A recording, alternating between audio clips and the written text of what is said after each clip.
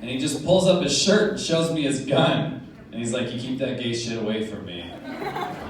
So here I am in the wild, wild west of downtown Phoenix having my wah wah wah moment. And I just go, so do you want to do straight stuff? It's been a year since my girlfriend broke up with me. I have had a year to reflect and work on myself, lose a little bit of weight, ka-ching, it's good. I got to look back. Hindsight's 20/20, but it's also a lot easier to see it coming when you're reading her diary. So, like she comes up to me and she goes, hey, we need to talk. And I go, I know, I read page 187.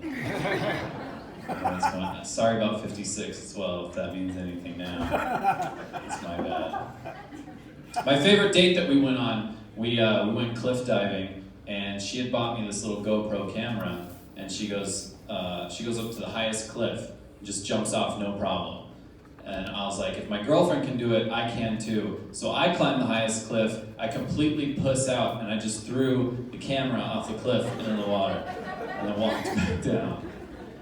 She comes up to me and she's like, why are you so disrespectful? You gotta throw my property that I gave you as a present off the cliff? That's so mean. And I said, look, when I post that video online, no one's gonna know the difference. They're all gonna think I jumped. It's gonna be great. Sure enough, I post the video online, first comment, one of my friends, dude, you did like 52 flips.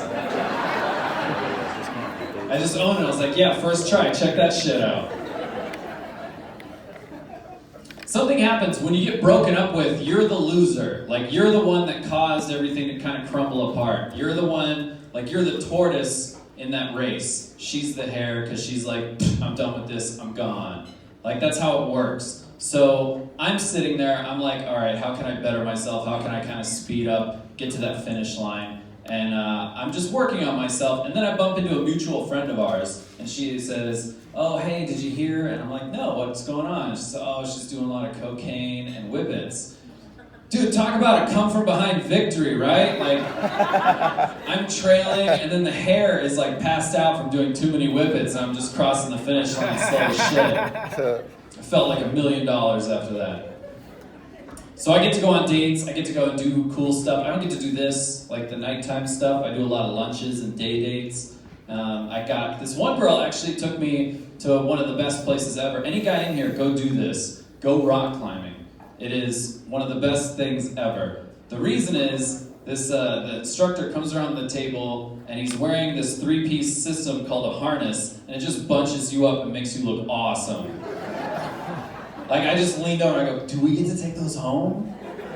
I wish everyone in here could see me wearing a harness right now, because then they would want to go rock climbing tomorrow. Like, girls get to go to Dillard's for push-up bras. Why can't I go get a harness and just wear it out? Get sized up by some dude. He's like, you're like an 8, 8.5. Not inches. I'm just, that's me. I don't mean it like that. I was just throwing out a size randomly. Or was I? So I wasn't even climbing half the time. I was just super excited to be wearing a harness. I was just touching holds, like just dick first everywhere, making eye contact with other dudes. Like, this is awesome, right? This is pretty sweet. It was so much fun to go rock climbing. Please go rock climbing. So she moved out, and I had to get a new roommate. That was interesting. I took in a homeless comedian, so lose-lose there. This dude liked to get drunk all the time, and then he would call me late at night, and I'd have to fix his problems. So like, he'd call me up one time, and he goes, hey, I've been trying for like 30 minutes to get in the house, and none of my keys are working. And I go, all right, I'll come downstairs and help you in. I open the door, he's not there, like, at all. So I called him back, and I said, hey, you're not even here, are you? And he goes, nope, figured it out, 5 blocks away, my bad. It's like, what?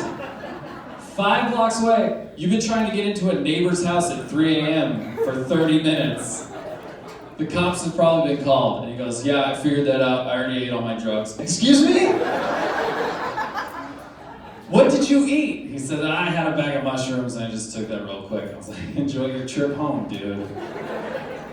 So he gets home, there's a big hole in my wall. That was fantastic. Another time, he brought home a girl. He brought home a 23-year-old girl. I know her age because I heard the conversation when I was trying to go to sleep. I just hear, do you know how old I am? And he says, yeah, you're 23, right? And he pauses, and he goes, do you know how old I am? She says, no, and he says, good. My roommate's 47, by the way. This guy's groaning over here, but he's crushing it at 47, so.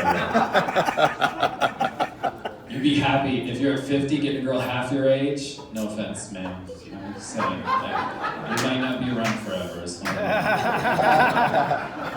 Like 50 years old, that's awesome. So he's crushing it at 47. He brings home this girl, and he finally, like, I can't take it. So I get out of bed, I totally cock block him. I go about halfway down the stairs, and I was like, hey, Dad, can you keep it down? Mom's picking me up in the morning, and then I go back up the stairs.